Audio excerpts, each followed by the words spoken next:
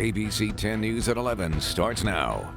The impacts from today's storm take a life tonight.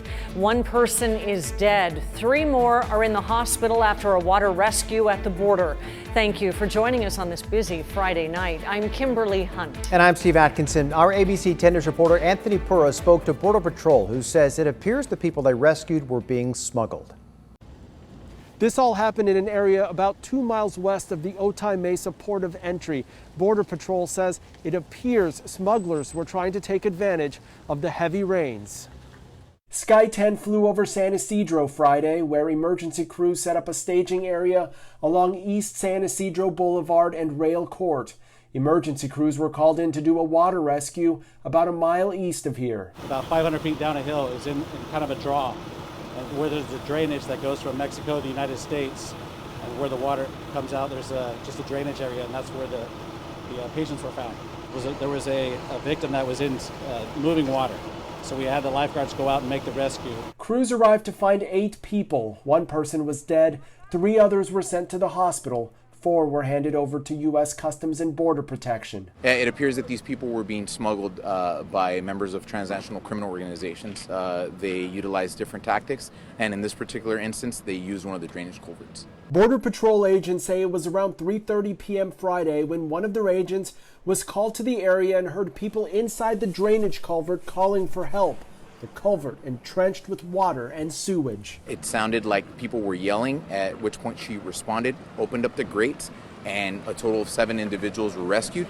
Unfortunately, 1 person was deceased. There was heavy rain that swept through the county Friday, and Border Patrol agents say it's likely smugglers were using that to their advantage. Typically, we tend to see these types of incidents when we have inclement weather conditions. The case is under investigation. Anthony Pura, ABC 10 News. We also have breaking news out of Mira Mesa, where crews just knocked down this house fire. This started around 9:30 tonight at the corner of Empress Avenue and Port Royal Drive. Neighbors looked on as firefighters battled those flames coming from the home's attic. Firefighters are now investigating the cause of the fire.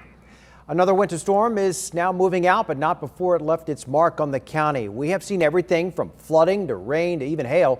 The San Diego River flooded roads leading to Fashion Valley Mall, which is common during these heavy downpours. And then there were the rising waters of the Tijuana River. Fire and Rescue noticed a man hiding in some bushes in the riverbed. They lifted him up to safety. That storm is calming down, but you could still see some flooding on our roadways. With stay-at-home orders lifted and the clouds parting, businesses are getting back to work. Many restaurant owners worked quickly to rebuild spaces for outdoor dining between the rain.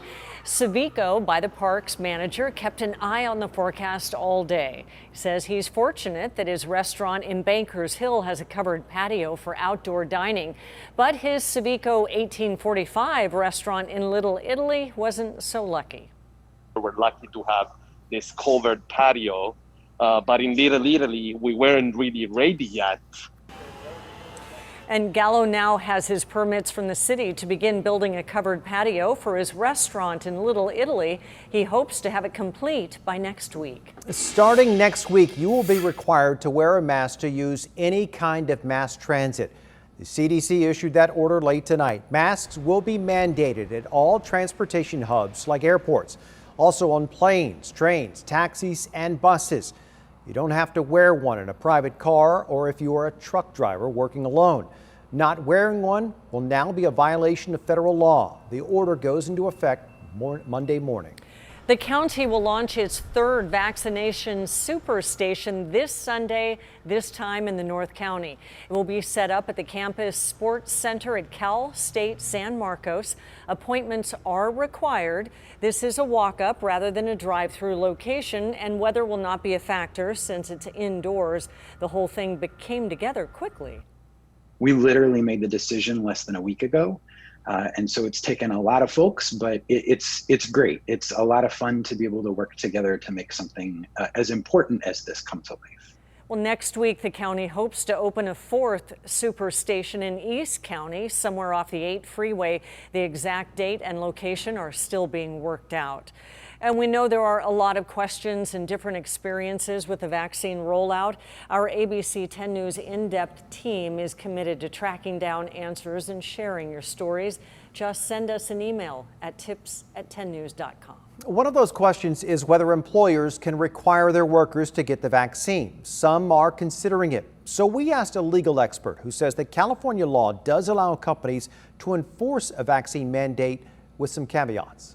The discrimination statute requires that you accommodate medical conditions and disabilities that suggest a vaccination would not be warranted. Two, you have to accommodate bona fide religious beliefs. That is legal analyst Dan Eaton. He says that workers that claim a religious exemption should know that they do have limits.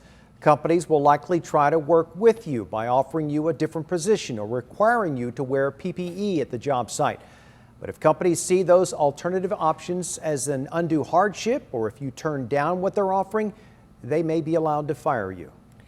A group of families are demanding the state allow high school athletics to resume competition.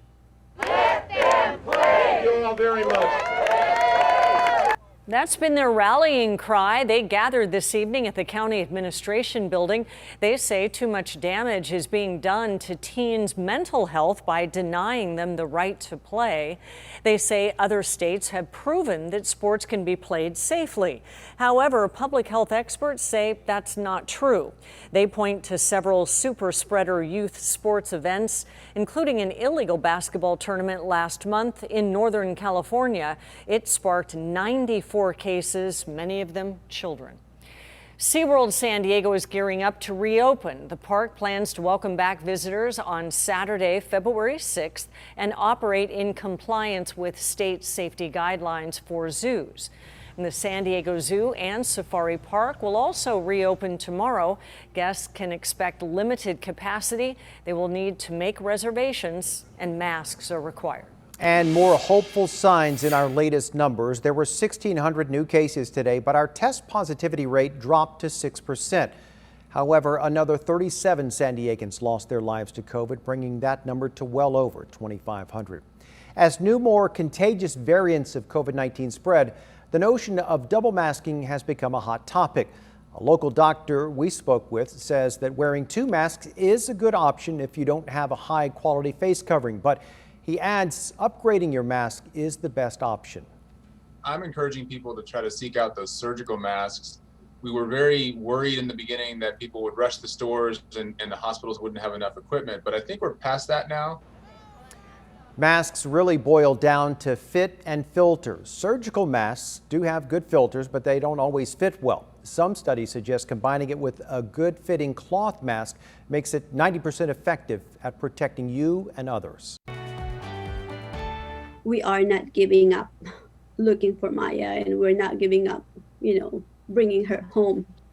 Not stopping until they have answers. It's now been over 3 weeks since anyone has heard from a Chula Vista missing mother of 3. Her family is set to host another search party for her tomorrow at Mount Miguel Park in the morning. Our ABC 10 News reporter Laura Acevedo spoke with her sister tonight. Maya's sister spent Friday passing out missing persons flyers at the mall, also replacing some that had been damaged by the rain. She says she won't stop until she's reunited with her sister.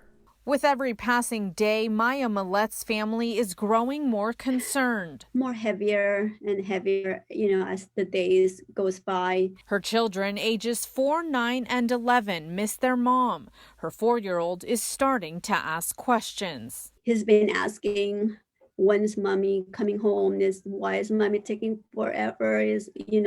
Why is she taking so long to come home? Mary Chris is Maya's sister. She insists that Maya would never leave like this. It's been over 3 weeks since anyone has heard from her, missing her daughter's 11th birthday and now another special date. My dad just had his birthday and we didn't have Maya. Saturday morning, Chula Vista police served a search warrant at the Millete home in Chula Vista to get any evidence or clues to her whereabouts. On Wednesday, the family met with the Chula Vista police chief and other detectives. Mary Chris says that gives her hope. Relief in a way, for me especially, that, hey, there's something going on. They assured us that we'll find Maya. On Saturday, the family will meet for another search in the community in areas they haven't searched before. I'm not giving up yet. Still hopeful. She's still out there. And I know prayers can move mountains. In Chula Vista, Laura Acevedo, ABC 10 News. A spokesperson for Chula Vista police say they are following up on every lead they receive, and they will provide updates as new information becomes available. Anyone with information is asked to call Chula Vista Police or Crime Stoppers. There are new calls for regulation tonight in the wake of the Wall Street war between giant hedge funds and amateur traders. The battle is centered, of course, on GameStop. Individual investors banded together through social media to take advantage of a hedge fund trying to short the stock of GameStop. The price soared again today, but the Dow took a big drop. That's because Wall Street is now uncertain about the effect the war will have. The SEC has announced it's monitoring the situation, and several members of Congress are calling for new Wall Street regulation.